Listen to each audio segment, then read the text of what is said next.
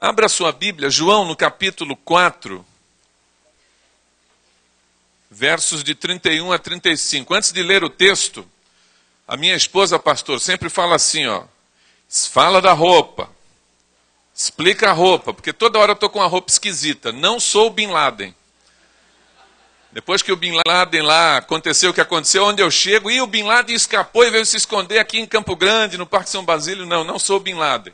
Nós usamos uma roupa diferente, sempre com motivo missionário, para que já no início, você me olhando daí, onde você está, eu aqui, você já vai entendendo que tem gente que vive no mesmo mundo e usa uma roupa diferente. Mas não é só a roupa que é diferente, a comida é diferente, o idioma é diferente, o clima é diferente. Nós vivemos no mundo das diferenças ou dos diferentes. E o desafio, pastor, é alcançar os diferentes. A obra missionária existe para alcançar os diferentes e torná-los um no Senhor Jesus Cristo. Então que fica esse desafio já aí também no seu coração. Essa é uma vestimenta árabe, um traje completo com um turbante.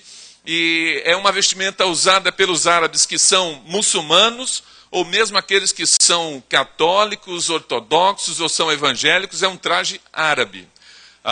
Eu usando umas roupas assim, tem uma outra túnica que eu uso.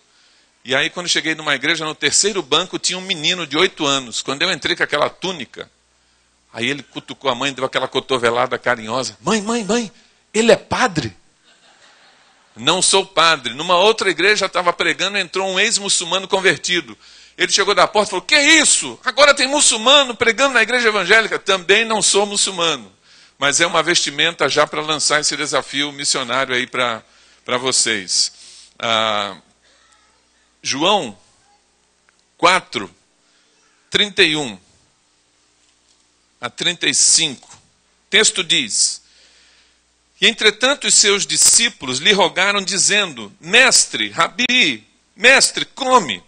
Porém ele lhes disse, uma comida tenho para comer que vós não conheceis. Então os discípulos diziam uns aos outros, ter-lhe-ia porventura alguém trazido o que comer? Jesus disse-lhes, a minha comida é fazer a vontade daquele que me enviou e realizar a sua obra. Não dizeis vós que ainda há 4 meses até que venha a ceifa? Eis que eu vos digo, levantai os vossos olhos e vede os campos, pois já estão brancos para a ceifa. Deus nosso Pai, como está sendo bom estar aqui na tua presença. Como é bom conhecer uma igreja missionária. Como é bom adorar o teu nome. E agora, Pai, queremos ouvir a tua voz. Pedimos humildemente que o Senhor use esse texto e as reflexões que vamos fazer, e as informações que vamos dar, as imagens que vamos compartilhar, que tudo se traduza numa ferramenta poderosa do teu Espírito Santo, para tocar o nosso coração, mexer com a nossa vontade, e nos impulsionar e nos levar às nações, para que o teu nome seja glorificado em toda a terra. Fica conosco, Pai, fala ao nosso coração e pedimos isso com perdão dos nossos pecados, em nome de Jesus. Amém. Esse é um texto muito conhecido, é um texto quando o Senhor Jesus Cristo tem um encontro com a mulher samaritana. E depois de usar o exemplo da água, algo que era comum àquela mulher samaritana, Jesus causa um impacto na vida daquela mulher, e ela, impactada que estava, vai embora para compartilhar com a família, com os amigos. E é nesse momento que os discípulos chegam. Os discípulos tinham ido à cidade comprar comida. É perto da hora do almoço, Jesus tem fome, os discípulos têm fome. E os discípulos então chegam para Jesus e oferecem a Jesus o produto que foram buscar naquela cidade. E eles então, o texto diz que eles estendem a comida numa Tupperware, quentinha. Qual era a embalagem? Muita situação de comida era embalada em pano e era levada em pano, mas como era uma comida pronta ali, certamente um vaso de cerâmica. Mas era comida pronta, aromática, saborosa. E os discípulos, mestre, come. E Jesus, que é mestre em surpresas, estava sempre surpreendendo os discípulos. Pastor Valdemiro, eu queria ser um dos 12. Porque era uma adrenalina só. Imagina andar com Jesus. Tem hora que ele cura o leproso, aí ele cura o cego, aí ele fala pesca, e agora pega aí, tem uma moeda nesse peixe, e aí dá a César o que é de César, e ele anda sobre as águas, pesca maravilhosa. Andar com Jesus era uma surpresa. Eu fico imaginando os discípulos querendo antecipar ações de Jesus, e Jesus trazia algo novo. Querendo colocar palavras, agora ele vai dizer isso. E ele trazia um ensino completamente diferente. E mais uma vez, a coerência do momento era pegar a comida e comer. Mestre, come.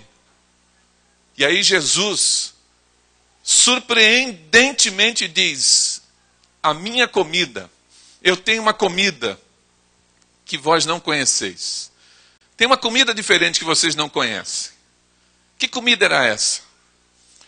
Quem arrisca? Feijoada? Certamente não era. Feijoada tem carne de porco, né? Aquela situação toda. Os judeus, nem os árabes não comem. Macarronada? Não. Lasanha? Um churrasco, uma picanha? Nada disso. Mas era uma comida que Jesus estava querendo dar um ensinamento. Só que os discípulos não sabiam que ele estava querendo falar uma outra coisa. E eles ficaram pensando. E quando eles ficaram tentando pensar, entender que comida é essa que Jesus tem que é diferente, bateu nos discípulos uma síndrome de Rubens Barrichello. Chegamos atrasados.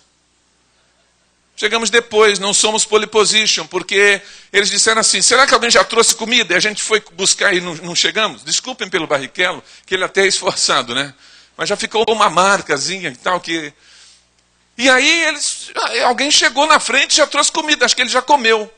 Quando eles estão tentando entender o que se passa, aí Jesus responde qual é a comida diferente. Ele diz assim, a minha comida é fazer a vontade de meu Pai e concluir a sua obra. Jesus estava dando aos 12 e a nós hoje nessa noite também, nos ensinando sobre prioridade e foco. Usando essa situação para ministrar aos discípulos sobre prioridade e foco. Prioridade tem a ver, o que é mais importante precisa ser feito primeiro. O que é menos importante pode ser feito depois. Onde é que nós enxergamos tudo isso? Comida tem a ver com necessidade. Mas comida tem a ver com prazer. A gente fala muito mais no aspecto da comida, da necessidade, porque o corpo precisa de nutrientes para se locomover, isso vem da comida, essa energia, e a gente sente um pouquinho de fome, já fica irritado, a gente pensa muito com necessidade, mas quando tem aquela comida que você gosta, saborosa, você come com alegria, aquilo também, nós sentimos o desejo, é o apetite, é o olfato, a gente sente a vontade para comer, o desejo de comer, e a comida nos traz também esse prazer. E Deus colocou essa informação na gente. Então, o que Jesus está querendo dizer para os discípulos, que é uma comida diferente, é que, naquela hora, o corpo de Jesus dos 12 clamava por alimento. É perto da hora do almoço. Jesus não é uma alma desencarnada, Jesus não é um espírito incorpóreo, ele é o homem Deus que no exercício da sua divindade e humanidade também sente fome, necessidades, mas naquela hora que o corpo dele queria comida, quando ele diz que tem uma comida diferente, ele está querendo dizer para a gente o seguinte, a minha necessidade agora não é comer, a minha necessidade agora não é cuidar do meu corpo, minha maior necessidade agora é fazer a vontade do meu Pai. E entra também a questão do desejo. Essa questão da vontade. Jesus está dizendo o quê? Que o desejo dele, a vontade dele, a prioridade dele, o que ele mais deseja fazer naquela hora não é comer, mas é ver a obra do Pai concluída e terminada. A lição de Jesus nesse texto é uma lição de que nós, para fazermos a vontade de Deus, precisamos também fazer sacrifícios. Para que a gente possa fazer a vontade de Deus, nós precisamos renunciar a coisas. Para fazer a vontade de Deus, a gente tem que ter esse foco de que temos que viver para Ele e não para nós. E Jesus está dando essa aula de renúncia aos 12. Por quê? Porque nós vivemos num mundo hoje E a nossa sociedade ocidental, o pós-modernismo e a questão do avanço evangélico trouxe também o neopentecostalismo e tanta influência. Você liga a TV e você está acostumado com frases chavões: pare de sofrer, você é cabeça e não cauda, você, e o evangelho está se tornando uma coisa para satisfazer você. E quando o crente está preocupado na sua autossatisfação, ele não vai sentir a dor do outro. Ele não vai se comprometer com a necessidade do outro, porque ele quer simplesmente que ele esteja bem. É essa coisa dos nossos dias que vem entrando na nossa vida de várias maneiras, que nós temos que dizer não se queremos fazer a vontade do Pai. É renúncia. Jesus está querendo dizer aqui: cuidados pessoais podem ficar para depois. E eu posso fazer sacrifícios para cumprir um bem maior. O foco é meu, o grifo é meu. Olhando esse texto, quando o crente não está disposto a abrir mão de coisas, ele não consegue ver os campos brancos para a ceifa. Porque só depois de dar essa aula de renúncia é que Jesus coloca o próximo texto, que tem a ver com situações que você conhece em verso e prosa. Olhem os campos. Vocês dizem que faltam 4 meses. Olhem os campos, levantai os vossos olhos. Eu, porém, vos digo, os campos já estão preparados, já estão brancos para a ceifa. Por que Jesus fala para os discípulos olhar os campos, se eles estão já olhando os campos? Como é que a gente interpreta essa situação de levantar os vossos olhos, se eles estão indo à cidade no ambiente rural e tem plantação de um lado e do outro? As estradas não eram como nós temos hoje, que tem tanta situação, tanta concretagem, mas eles estão no ambiente rural, vão à cidade. Eu imagino, pastor, aquela plantação de trigo do lado direito e aquela outra plantação do lado esquerdo. E a agricultura manda sinais. O agricultor é alguém que observa a plantação e ele fala: está na hora de colher, tem que esperar. Porque se ele colher antes da hora, ele perde. Se ele demorar para colher, ele também perde. Então ele tem que ser um especialista em visão. Porque a plantação manda sinais. E ali, a situação era, eles achavam, faltam 4 meses. Se faltam 4 meses, vamos esperar, vamos descansar. Mas Jesus estava dizendo: não é mais tempo de espera. Agora já é o tempo da colheita. Porque o campo já está preparado. Mas quando ele diz: levantai os vossos olhos, eles estão vendo. Mas a acentuação de Jesus é como se ele dissesse assim: olhem de novo. Olhem novamente. Porque tem gente que vê e não enxerga. E tem gente que enxerga e não vê. E tem gente que só enxerga aquilo que quer enxergar. No fundo e no cerne da questão, é um problema óptico. É um problema de visão. Não é o caso desta igreja. Falo conscientemente. E não é o caso desse pastor. Mas em muitos contextos nossos, contextos batistas e contextos de outras denominações evangélicas, o povo está sofrendo de miopia missionária. Líderes e pastores que só enxergam o seu próprio ministério e eles não conseguem enxergar que nós temos uma missão de alcançar o mundo. Eles não conseguem envolver sua igreja e levar a sua igreja a todos os continentes. Digo isso porque essa igreja já está nesse nível. Os irmãos estão sonhando com alcançar o mundo todo para Jesus, amém? E não só sonhando, os irmãos estão atuando, os irmãos estão trabalhando, certamente muito há por fazer. Pastor, que alegria quando a gente entra numa igreja que respira missões, a gente se sente muito bem, né, Tiago e Aline? Olha essas bandeiras. Gente, a gente olha, tanta recordação traz, tanta coisa boa. A gente pega o boletim da igreja e a gente vai vendo que missões está fazendo parte da agenda da igreja. E certamente da agenda da maioria dos membros aqui. Amém? Na verdade, a gente sabe que nem todo mundo na igreja se compromete com esta visão. e que precisa ser então alcançado com uma informação, com oração, para que toda a igreja se envolva, para que todos nós, por quê? Quem aqui é salvo por Jesus Cristo e foi lavado no sangue do Cordeiro? Levanta a mão. Olha, merecia uma foto, pastor, olha que coisa linda. Abaixa a mão, por favor. Se você levantou a mão, a salvação do mundo passa pela tua vida.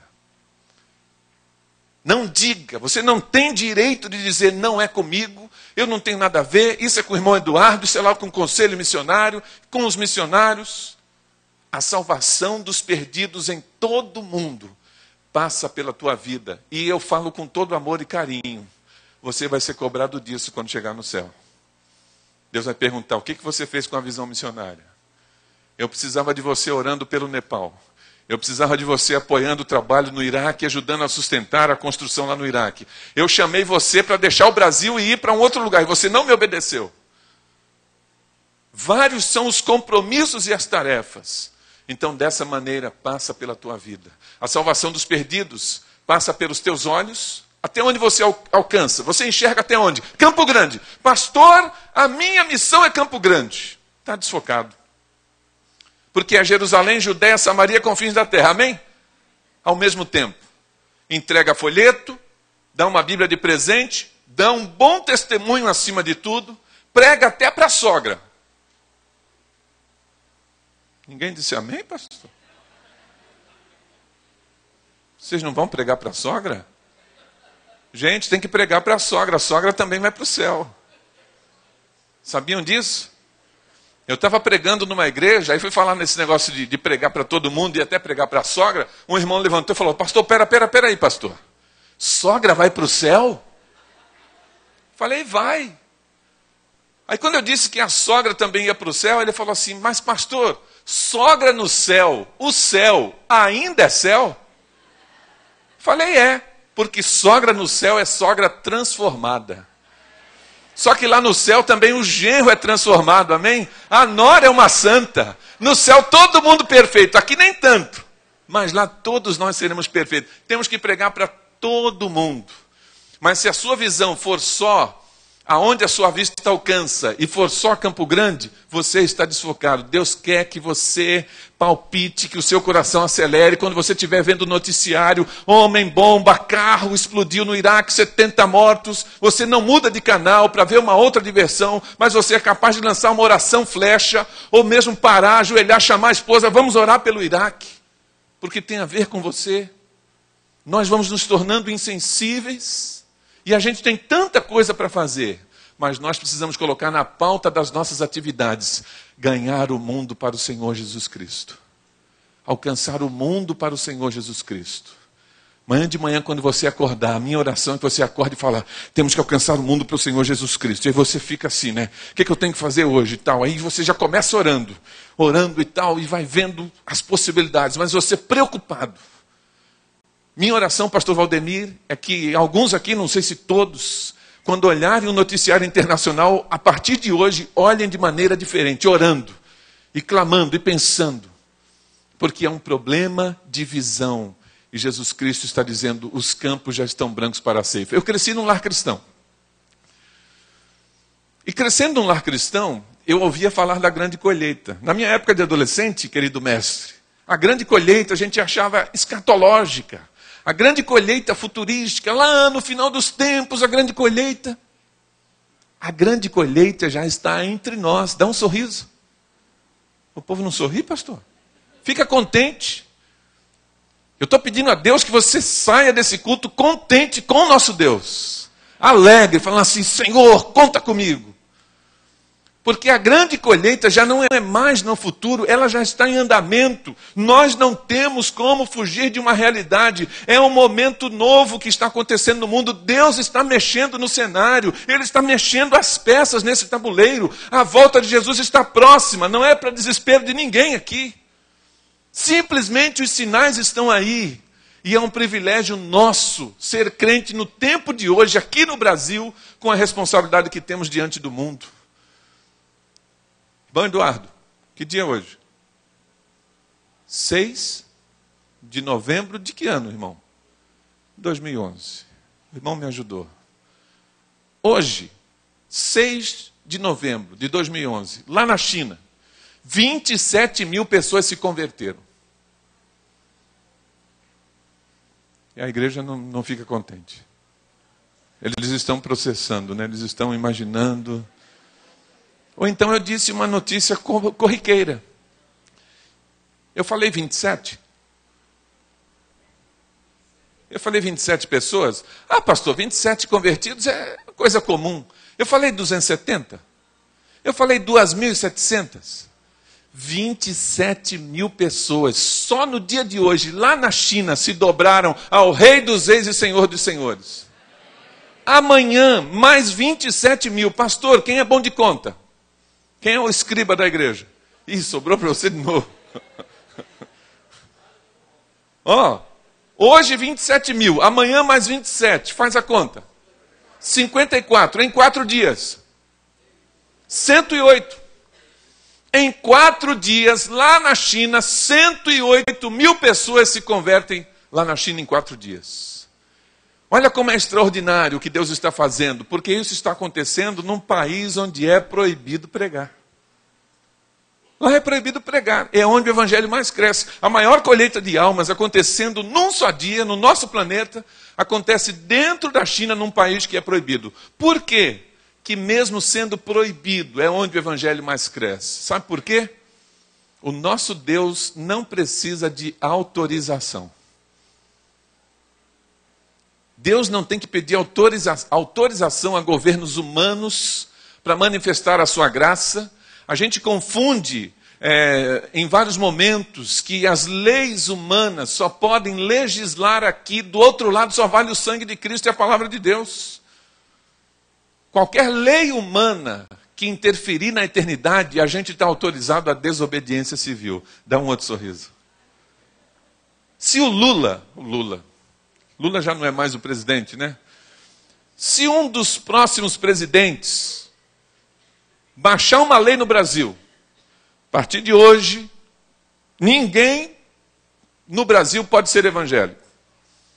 Vai ser preso, vai a julgamento, se insistir, cadeira elétrica, enforcamento, fuzilamento, vai pensando nas tragédias aí. Mas começa com a prisão.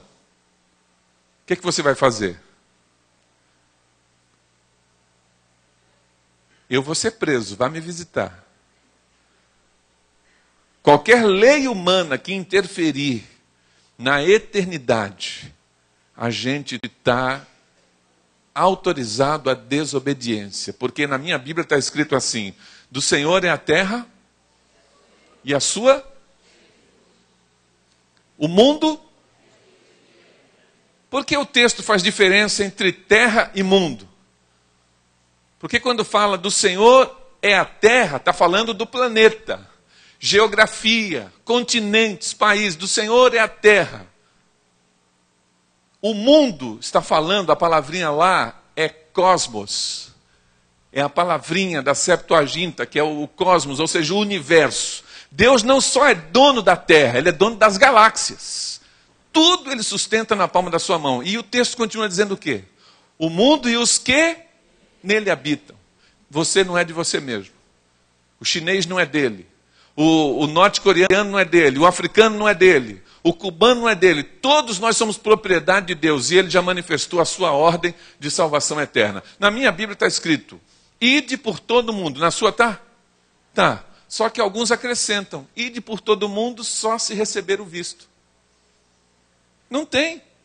Ide por todo mundo, mesmo que sejam presos, mesmo que sejam torturados, mesmo que morram. Os nossos missionários não mentem nas alfândegas, eles estão indo, estão levando a palavra, e a palavra de Deus está sendo manifestada. Nós vamos alcançar, pastor Valdemir, 12 missionários da nossa junta na China. Estamos agora com 5, indo para 7, final do ano está indo mais um casal, depois no começo do ano mais outro, e vamos chegar a 12. Ainda é muito pouco, mas já é um bom começo. E lá, em março, nós atingimos a cifra de distribuir 100 mil Bíblias que saíram do Brasil em mandarim para os chineses dentro da China. 100 mil. Estive agora na China, lá, no mês de julho, visitei 3 regiões, fui no norte, tríplice fronteira, na cidade de Harbin, e lá no norte é a tríplice fronteira norte, Rússia, Coreia do Norte e China. Tranquilinha essa fronteira, né? Quase não tem ogiva nuclear. Mas lá um projeto assim abençoado para essa distribuição, treinamento de obreiros, um movimento chamado Back to Jerusalém, que visa enviar 100 mil missionários chineses fazendo a rota da seda ao contrário, chegando a Jerusalém, e nós já temos chineses que são missionários, já saíram da China. O comunismo em Cuba está por um fio.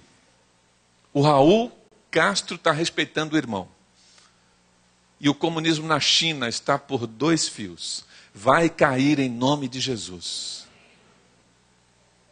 A grande colheita, ela avança e ela está também sendo de alguma forma colocada na TV.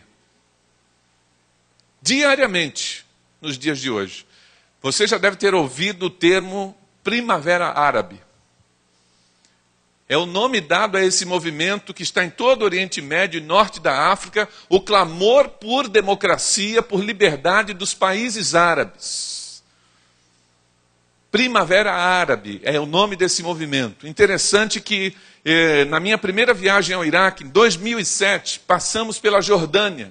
E lá na Jordânia, pode colocar aí o Kamal, agora temos que fazer aquela pausa estratégica. Pessoal da internet.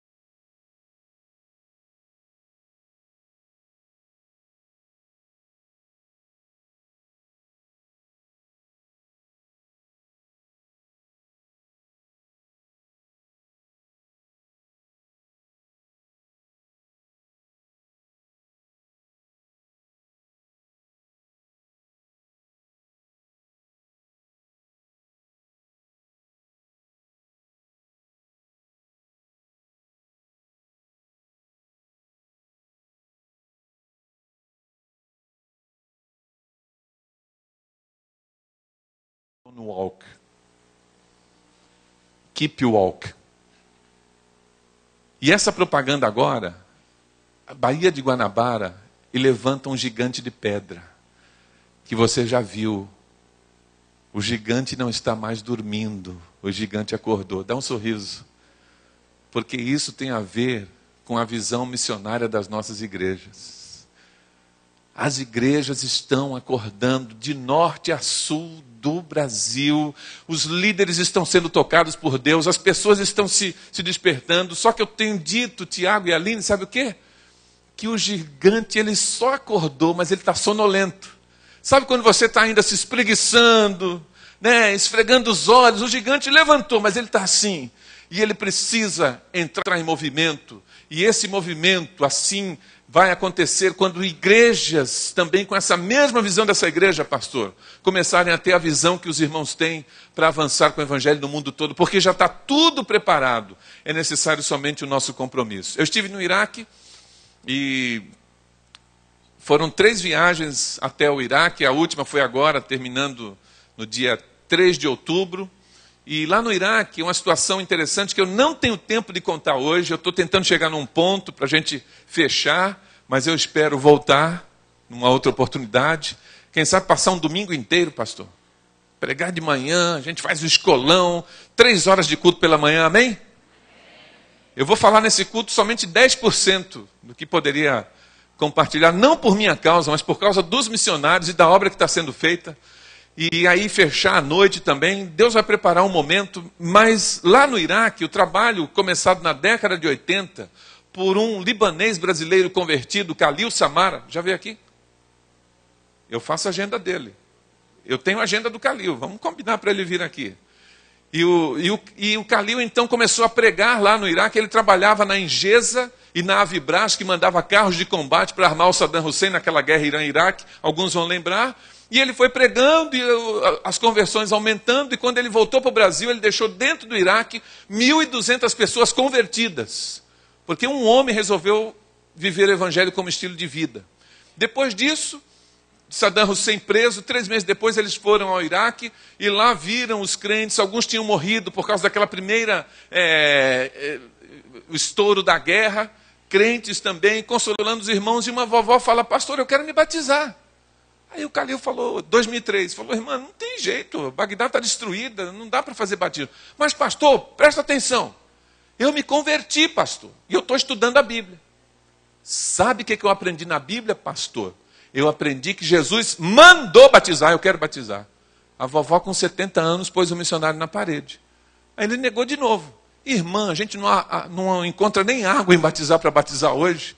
E se nós juntarmos a igreja para fazer batismo, eles mandam míssil, granada, bomba, porque eles aproveitam o ambiente de guerra para exterminar os cristãos. Não dá. E quando ele negou a segunda vez, a vovó começou a chorar. E chorando ela disse assim: pastor Khalil, eu estou velhinha e doente. Aqui em Bagdá, eu vejo gente morrendo todo dia. Eu não sei, pastor, quanto tempo mais eu vou viver. Eu só queria, antes de morrer, obedecer o meu Salvador. Quando ele percebeu que o desejo da vovó de batizar era pura obediência, ele ganhou coragem. Comprou uma piscina destas que você coloca no jardim para as crianças, super faturada na época da guerra, custou $250. Arrumaram água e batizaram, além da vovó, mais 33 novos irmãos e irmãs. Essa é a história da formação da primeira igreja batista em Bagdá. Dá um sorriso, porque você nos ajudou a plantar aquela igreja lá, amém? Com oração, com ofertas, é fruto do trabalho dos nossos missionários. A primeira de Bagdá, ela foi plantada na guerra, cresceu durante a guerra e se multiplicou durante a guerra. Hoje são mais de 600 membros. Tem a segunda de Bagdá do outro lado do rio Tigre. E tem lá, na região norte também, o trabalho entre os curdos. Nós fazemos viagem todos os anos lá para o Iraque. E o meu desejo é que o ano que vem, meu querido mestre vá para o Iraque comigo. Diga amém. Meu mestre está com medo. Tem coragem, pastor? Pede autorização para a esposa.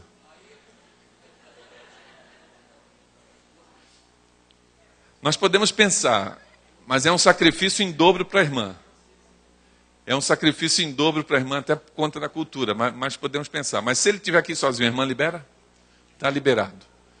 Então o pastor é corajoso, ele disse amém, na pressão, mas disse. Agora vamos para a igreja. Os irmãos querem mandar o pastor para o Iraque, sim ou não? Gente, a igreja está dividida. Tem gente que quer ver o pastor bem longe. Mas é só por 15 dias. Vocês querem mandá-lo com passagem só de ida, sim ou não? Tá bem, pastor, tá bem, tá bem. Ele volta. E não é turismo, ele vai batizar a gente lá, ele vai pregar para os obreiros. Pastor, vai dar aula lá para os obreiros. Treinar os nossos obreiros nacionais ali. A gente fala assim porque é um desafio nosso levar os pastores ao campo missionário. O pastor não precisamos nem fazer força, porque ele já tem feito várias viagens, ajudou muito o pastor Valdemiro, né? Indo aos campos. Eu lembro de África que esteve, foi a Cuba também? Angola, África do Sul. Precisamos reeditar mais vezes isso aí, uma bênção, né? Mas isso, se Deus confirmar no coração do pastor, da esposa e da igreja, então a nossa viagem é sempre final de setembro, começo de outubro, a gente pode programar aí. E aí, gente, essa igreja plantada lá sofre com a perseguição em Bagdá, porque os grupos terroristas sequestram os crentes. A igreja em Bagdá tem a bênção de ter culto 6 dias por semana, a bênção de não ter novela. Mas é uma igreja dessa aqui, pastor, Parque São Basílio, uma igreja santa, eu vejo até a auréola dos irmãos, ó. Todo mundo santo. O culto do meio de semana é quarta-feira? Fica lotada essa igreja, do jeitinho que está aqui, né? Quem falta é porque está estudando, amém? Quem falta é porque está trabalhando.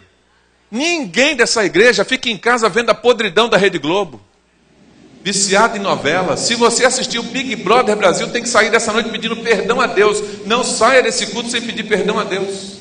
Porque aquilo que os colunistas não evangélicos condenaram, Folha de São Paulo, Revista Veja, dizendo que a Rede Globo está prestando um desserviço à nação brasileira, os crentes autenticando. Mas essa igreja não, ninguém assistiu.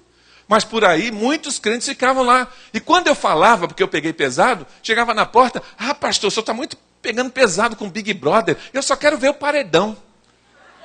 Aí vê o paredão, vê a podridão, enche a mente com coisas que não edificam. Os adolescentes, os filhos começam a ver aquela questão de o homossexualismo como uma opção sexual. A gente ama os homossexuais, amém? Se um homossexual chega aqui, entra ali e fala assim, eu quero participar do culto, ele é bem-vindo. É ou não é? Muito bem-vindo. Ninguém vai questionar a postura dele. Ele era um ser humano, ele é digno, ele tem a sua liberdade. Mas se ele entrar aqui e ele testemunhar, Jesus tocou a minha vida, eu quero ser membro da igreja. O que a gente vai dizer para ele?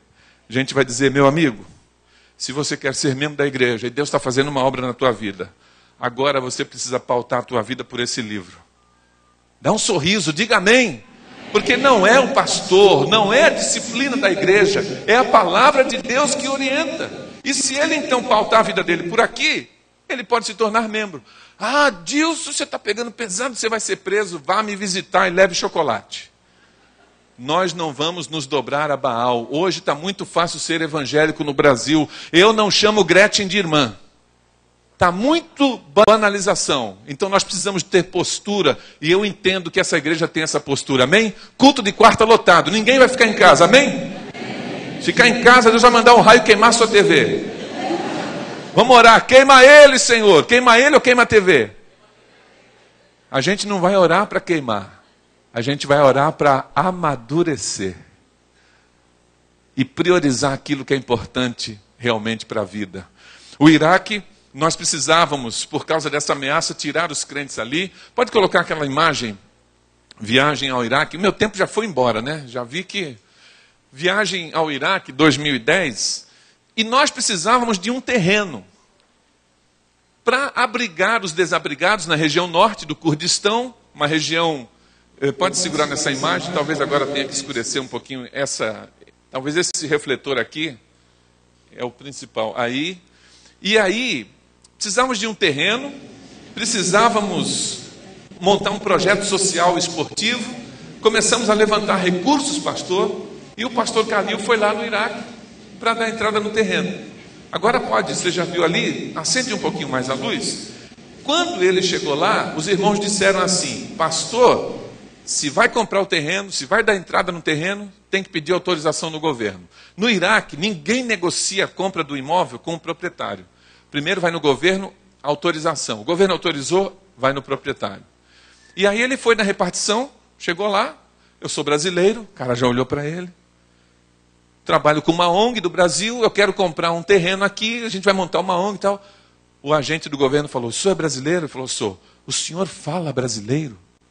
Porque eles não entendem que a gente fala o português. Para eles é o brasileiro. O senhor fala brasileiro? Falo. O senhor quer comprar um terreno? Quero. Então espera um pouquinho. Pegou o telefone, começou a ligar. Dali um pouquinho chegou um camarada 2 de altura por 2 de largura, um segurança. O Calil nessa viagem tinha sido preso na Jordânia, aí foi mandado lá para o Líbano. Do Líbano que ele conseguiu, estava escaldado. Quando o camarada chegou do lado dele, ele olhou assim, o homem falou assim: acompanha esse homem aí. Ele falou: meu Deus, vou ser preso de novo. Mas não, era coisa de Deus. Entrou no carro, levou para um restaurante 5 estrelas. Quando ele desceu, que viu que era um restaurante, ele falou: meu amigo, eu não quero almoçar, eu não estou com fome, eu quero só autorização para comprar o terreno. Não, mas a ordem que eu tenho é que trazer o senhor aqui. Mas eu não quero comer. Não, o senhor vai entrar aqui. Aí ele entrou, mesa reservada, ele sentou. Dali em instante chegou um homem com 2 seguranças e sentou na frente dele, os 2 seguranças. O senhor é brasileiro, né? Sou. O senhor fala brasileiro? Falo. A preocupação deles era o idioma. Ah, ok. O senhor quer comprar um terreno, vai montar uma ONG, é isso? É. Então nós vamos fazer o seguinte, nós vamos resolver o seu problema do terreno. Nós vamos dar o terreno para vocês de graça. Vocês não vão pagar nada no terreno, vocês vão escolher o local, a metragem, aonde e tal. Só que tem uma condição, sempre tem, né? Ganha o terreno se cumprir essa condição. Qual é? Você tem que trazer para cá um técnico de futebol brasileiro para ensinar a gente a jogar futebol. Tem lá. Aí o Calil, Tiago e Aline, vocês conhecem o Calil? O Calil gaguejou, né? Tem um técnico lá, ele falou: tem ou não tem? Tem ou não tem? Ele falou: tem. Meio na marra. Por quê? O Calil é brasileiro por opção, mas ele é libanês brasileiro. Não sabe jogar futebol, gente. Outra coisa, ele é corintiano não sabe nada de futebol. Corintiano é pé duro, não sabe jogar. Eu estou torcendo para um time do Rio ser campeão brasileiro. Não sei qual vai ser, mas estou torcendo. Porque o meu Verdão, Palmeiras, está mal.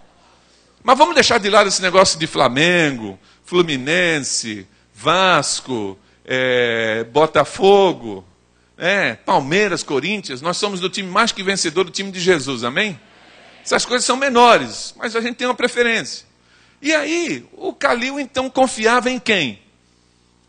Programa Esportivo Missionário da nossa junta, o PEM. A gente tem um ranking, a gente tem um cadastro de técnicos, assistentes técnicos, fisioterapeutas, jogadores, gente que está trabalhando com esporte de alto nível, deixa contrato na Europa, são missionários nossos na China, na Índia, na Tailândia, na Malásia, como temos. O Romão vocês conhecem. Então, dessa maneira, ele confiava nisso. Só que quando o governador pediu para ele lá, Deus já tinha levantado aqui num congresso missionário em São Paulo, Conexão, assistente técnico do Santos Futebol Clube. Um assistente, membro de uma igreja batista em Santos, o Carlos. Irmãos, quando o Calil chegou, o camarada já estava só esperando para onde ir.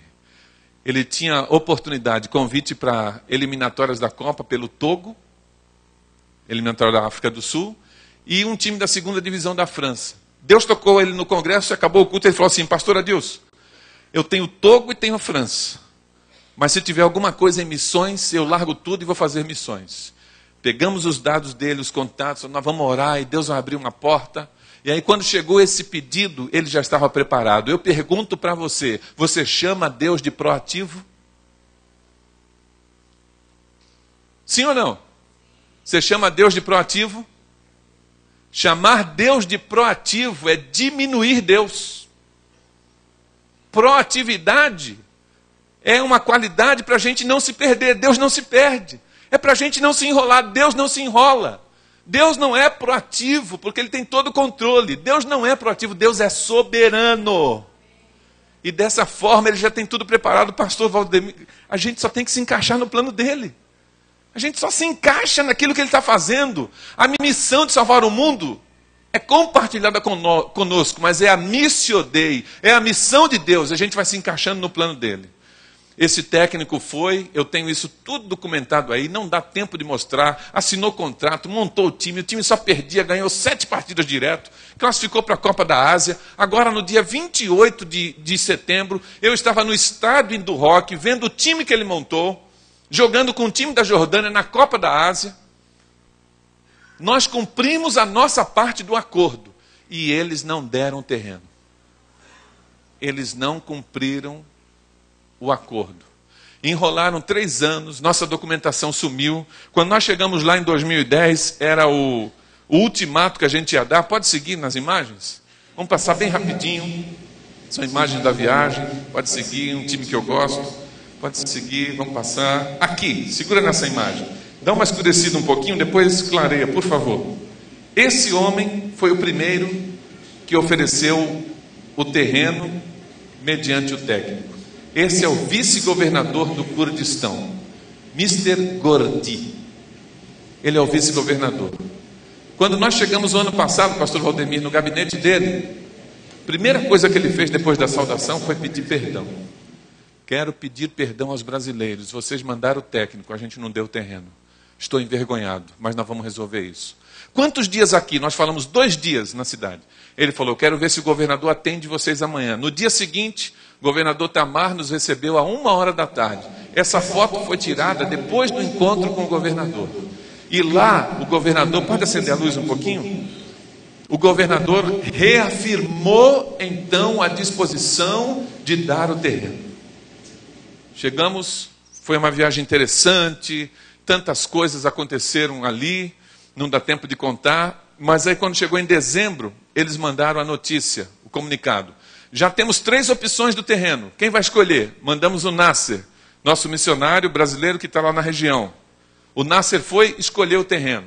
E agora, então, recebemos o terreno. Agora, no dia 29 de setembro, na 3ª viagem, nós fomos ao Iraque para o culto de lançamento da pedra fundamental no local do terreno. E nós ganhamos oficialmente do governo do Iraque, Kurdistão, um terreno de 7.200 metros quadrados. 7.200 metros quadrados. Pode colocar as fotos, por favor, irmão Hélio, da pedra fundamental. Está numa pastinha com as fotos. E aí chegamos lá, tudo preparado, autoridades, fizemos a vistoria no local, conversamos com o prefeito, toda a preparação, os obreiros chegaram do Iraque, de Bagdá, vários obreiros, demos o treinamento aos obreiros, e no dia 29, então, foi o culto. Você está vendo aqui as imagens, pode passar bem rapidinho, se quiser dar uma escurecida um pouquinho mais, só enquanto eu passo as fotos, pode seguir. Aqui o vice-governador, o prefeito, nós estamos ali representando. Depois do culto, com as autoridades, fomos ao terreno, pode seguir, segue. Cada representante colocava uma pá de massa no fechamento da pedra fundamental, segue.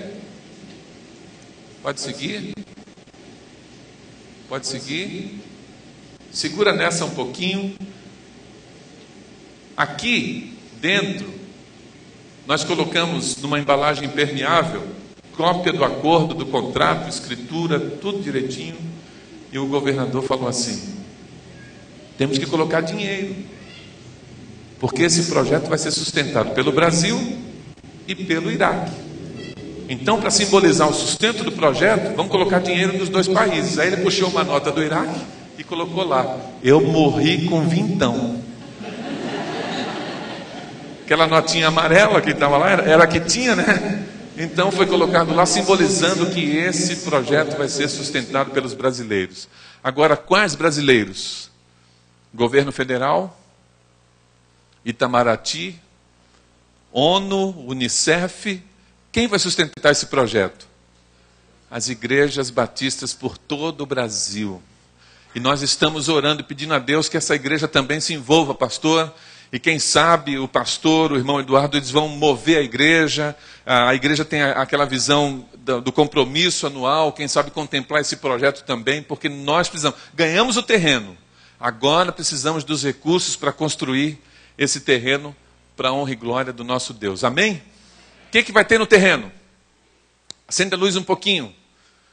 Projeto social esportivo, ambulatório médico feminino, porque o governador pediu a maior incidência de câncer feminino em todo o planeta é no Oriente Médio. A mulher árabe não vai ao médico expor a sua intimidade a um médico homem. Não existem mulheres, raramente tem uma mulher ginecologista mulher. Então ele escreveu no projeto, pedindo um ambulatório médico feminino e pediu, queremos médicas brasileiras e enfermeiras, porque as mulheres árabes gostam muito do Brasil e, sendo médica brasileira, elas vão lá no atendimento. Nos ajude, pedido do governador, e vai contemplar esse projeto. Tem alguma médica aqui? Entre nós, levanta a mão, não esconde não. Bem-vindo ao Iraque, essa semana arruma a mala. É o esposo? É o esposo? O chamado é conjunto, vai também. Médico também? Excelente, beleza? Tem mais alguém? Alguma outra médica? Enfermeiro ou enfermeira? Levanta a mão. Se esconder a mão, vai apodrecer a mão. Levanta a mão. Enfermeiro, levanta a mão, estou esperando. Cadê? Estão apontando aí, ó. Isso aí. Arruma a mala lá também, irmã. Aqui na frente é? Levanta a mão. Então vamos embora. Não tem nada. Gente, não tem exame de Papa Nicolau.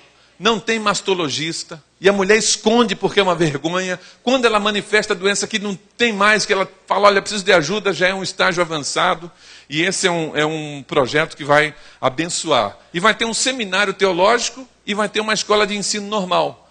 Pastor Valdemir, estou correndo para tentar falar do Haiti antes do povo ir embora. Já tem que fechar, né? Tem que acabar. Ó, o governo queria dar o terreno por 100 anos. Nós falamos não.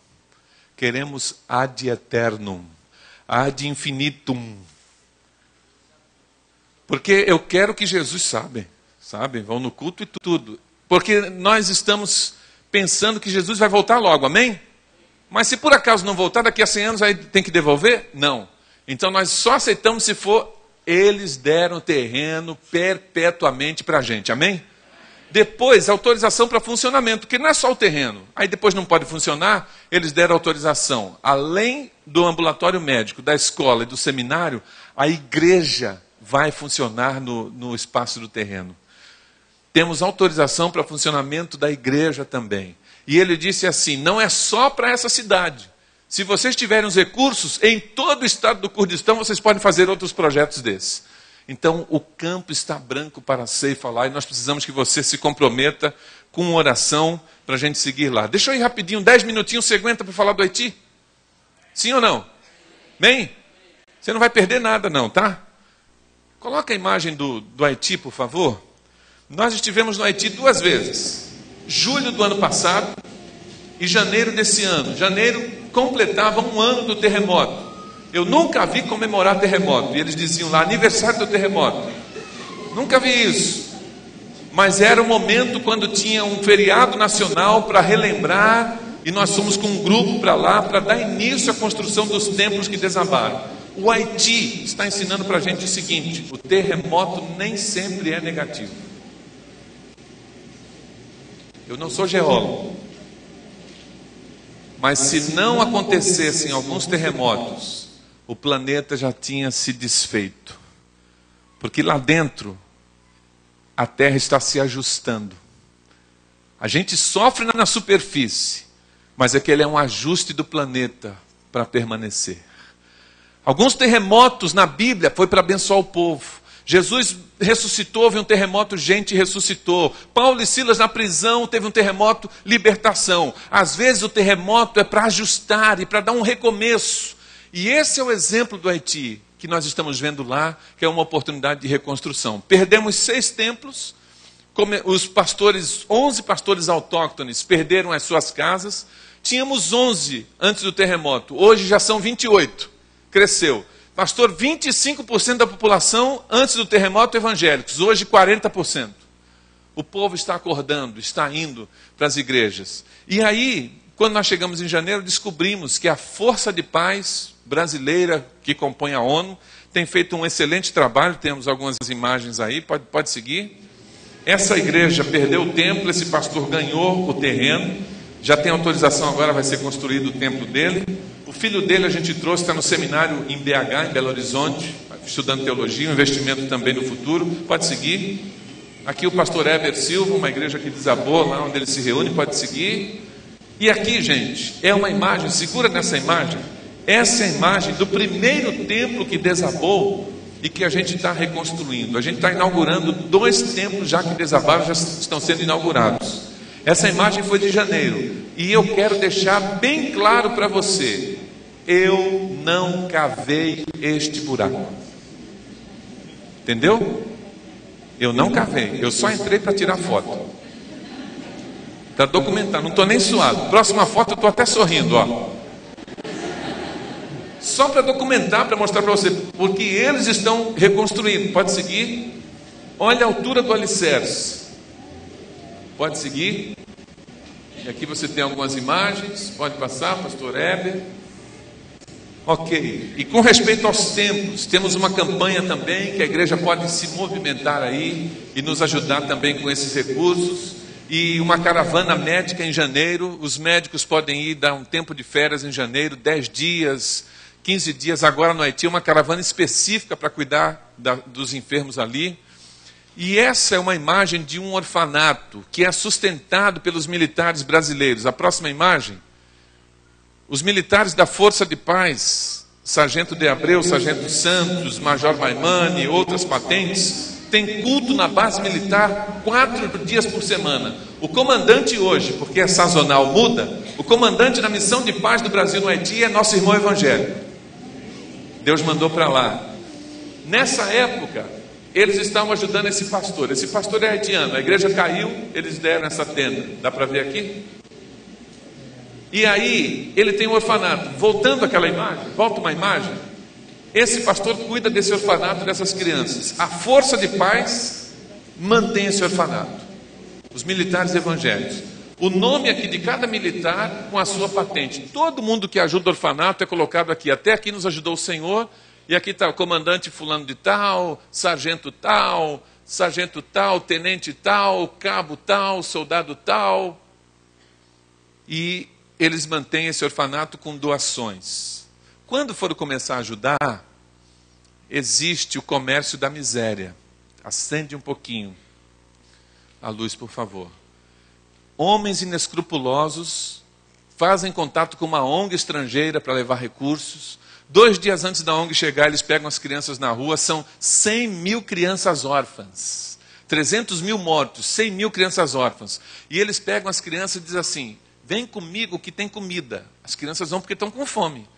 Dá uma roupa para a criança, dá comida, faz um galpão, coloca a colchonete no chão e fica cuidando das crianças ali. A ONG chega a falar que é orfanato. Tem que construir as instalações, tem que ter a manutenção diária, tem que contratar gente para cuidar, não tem nada.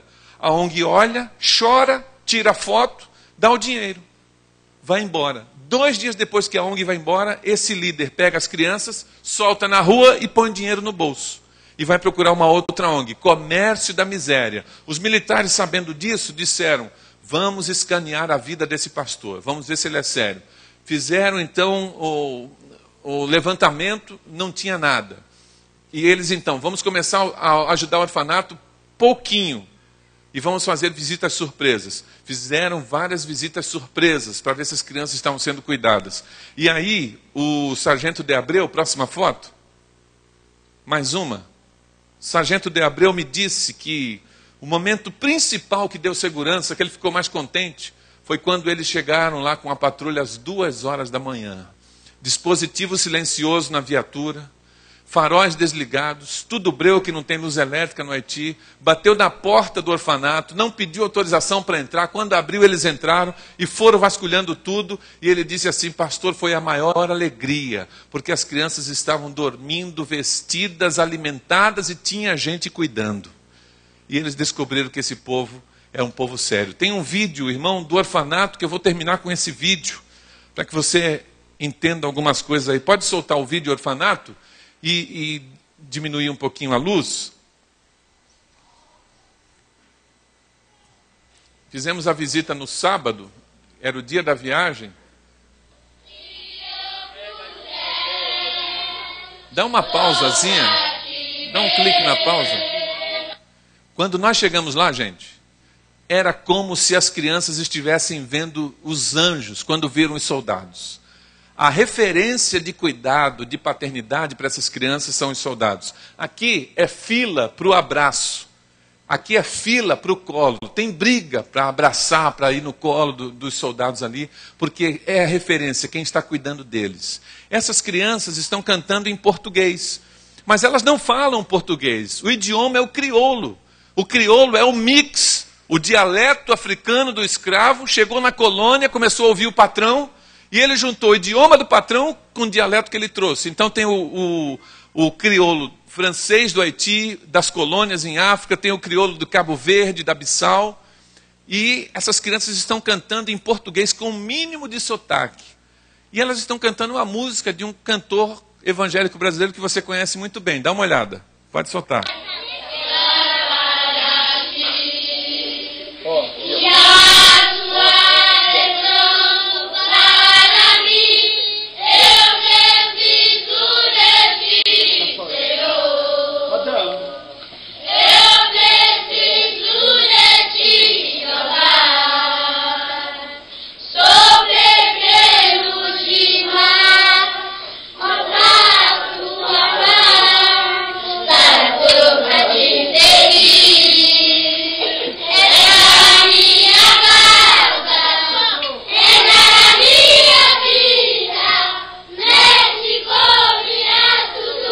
Dá uma pausa. Acendam as luzes. Você precisa fazer uma leitura dessa imagem. Essas crianças estão cantando "Entra na minha". Elas não têm casa. Entra na minha casa. Elas não têm casa. Só que lá no orfanato, elas estão aprendendo que mesmo se a parede cair e o teto desabar e não tiver casa, Jesus pode construir uma casa por dentro que nunca cai.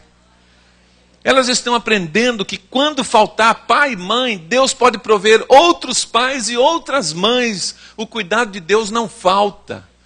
E elas estão aprendendo que mesmo no ambiente de tragédia, elas podem, com Jesus, serem felizes. Isso está fazendo toda a diferença para estas. Mas a totalidade são 100 mil. O sargento de Abreu, preocupado, a força dele ia vir em fevereiro, o pastor nos ajuda, o receio é que a força de paz que chegar, que não vai cuidar. E nós estamos, pastor, eu tive um almoço na sexta-feira com o coordenador das Américas, a nossa junta de missões mundiais está adotando esse orfanato, amém? E nós vamos cuidar dessas crianças e vocês podem nos ajudar com isso. O coordenador tem a visão da gente assumir esse orfanato e também a gente construir mais, pelo menos, pastor, mais 6 orfanatos. E aí os professores que estão aqui vão poder ir lá para o Haiti trabalhar. Diga amém. Pedagogos, psicólogos, tantos outros, cozinheiras, amém? E de repente a gente pode suprir essa necessidade também com a sua presença lá no Haiti, cuidando dessas crianças. Nós cremos que deste grupo sairão médicos, enfermeiros, mas que também sairão pastores e missionários. E que também nós teremos aqui a maioria destes convertidos ao Senhor Jesus Cristo. Eu quero fechar esse culto. Qual é a melhor definição de terremoto? Se tiver algum professor de geografia aqui, ou algum geólogo, vai concordar comigo que a melhor palavra que define terremoto é a palavra ajuste. Porque a essência do terremoto é ajuste. No interior da Terra, placas tectônicas em movimento se ajustando, liberação de energia pelo magma, na superfície o caos, mas internamente ajuste. E tem horas na nossa vida que nós precisamos de um terremoto de Deus na vida para ajustar. Tem horas que a nossa vida não está ajustada de acordo com a vontade de Deus, e as prioridades nem sempre são as mesmas. E lembrando o texto inicial, nossas prioridades, o nosso foco é outro. A gente começa a gostar do Brasil, a gostar de ser crente, a juntar riqueza. O Brasil está ficando rico. A riqueza traz insensibilidade, a prosperidade também causa uma frieza. A gente tem que tomar cuidado com isso. É possível prosperar sem perder a piedade e a devoção, amém? Mas a gente tem que tomar cuidado com isso. Escolhas que nós fazemos. Eu não sei como é que está o teu casamento, mas de repente você está precisando de um abalo na tua vida conjugal para ajustar. Quem sabe você precisa retroceder, liberar perdão, caminhar uma outra milha, esposo, esposa. Eu não sei como é que está o teu casamento, não sei como é que está a tua família, mas eu sei que em vários momentos em nossas igrejas, filhos estão brigados com os pais e pais com os filhos. Eu não sei como é que você está na esfera dos relacionamentos, no teu trabalho, na sociedade, com o teu vizinho. Se você tem alguma pendência relacional, resolva isso hoje em nome do Senhor Jesus Cristo. Entregue isso para Deus, não carregue contigo. Quando o crente não tem a sua vida ajustada na esfera dos relacionamentos, nada dá certo. Deus não recebe o culto. Vai e reconcilia-te com o teu adversário e vem cá. Não deixa, não joga para debaixo do tapete. Se o Espírito Santo nessa hora, não sou eu, te mostra que você tem alguma pendência com alguém, nessa noite pelo menos diz assim: Deus, tira isso do meu coração. Eu perdoo. Eu entrego para o Senhor. Tem gente querendo fazer justiça. Tem gente falando, eu vou desprezar. Aquela expressão, vou matar na unha. Isso não é bíblico. Isso vai azedar a tua vida. Eu não conheço você, mas Deus conhece. Eu não sei como é que você está na sua esfera financeira. Mas tem hora que opções erradas, compras sem uma reflexão, às vezes a gente vai comprando até nem hora para fazer um investimento, e há um perfil no Brasil de um endividamento, as pessoas vão usar a aposentadoria, o 13º, as coisas para comprometido com dívida, e às vezes isso acontece em nossas igrejas, e atrapalha a obra missionária. Eu não sei, mas pode ser que você precise também de um terremoto, de um ajuste na sua área financeira. Eu não sei como é que está a sua devoção, mas existem momentos que os crentes nem oram mais. E tem crente, eu espero que não tenha ninguém aqui, mas pode ser que tenha, que só ora diante do prato de comida. E está distante de Deus. Essa é a noite de chegar perto, de falar, Senhor, eu preciso de Ti. Quantas músicas nós cantamos tão lindas, mas com letras tão difíceis, que às vezes a gente está mentindo. A gente precisa estar perto, estar apaixonado mesmo por Jesus. Dizer, esse é o que eu mais quero. Você sabe do que o Espírito Santo está falando para você. Como é que está a tua leitura da Bíblia? Tem Bíblia que fica fechada e que só é aberta quando o pastor Valdemir chega no domingo e fala, abra sua Bíblia, nós vamos pregar nesse texto. Porque há uma fraqueza e o diabo quer forjar uma igreja brasileira do entretenimento, distraída, ocupada demais para orar. É a TV que não desliga, e tem gente que assiste mais TV, mas não ora, não lê a Bíblia. É a internet, é agora o Facebook, o Twitter e a comunicação via celular. E tem gente que passa o dia assim, mas não para e fala, Deus, eu estou aqui, olha para mim. Eu quero te glorificar nesse dia. Essa é uma autoanálise, porque eu não te conheço. Mas não perca essa oportunidade. Você pode nessa noite dizer, Deus, eu estou precisando de um terremoto, para que o Senhor ajuste a minha vida. Terremoto tem gradação, escala Richter.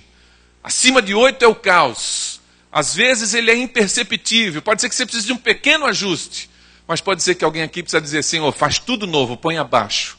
Mas eu quero viver uma vida nova na tua presença. Abaixa a tua cabeça. Feche os teus olhos.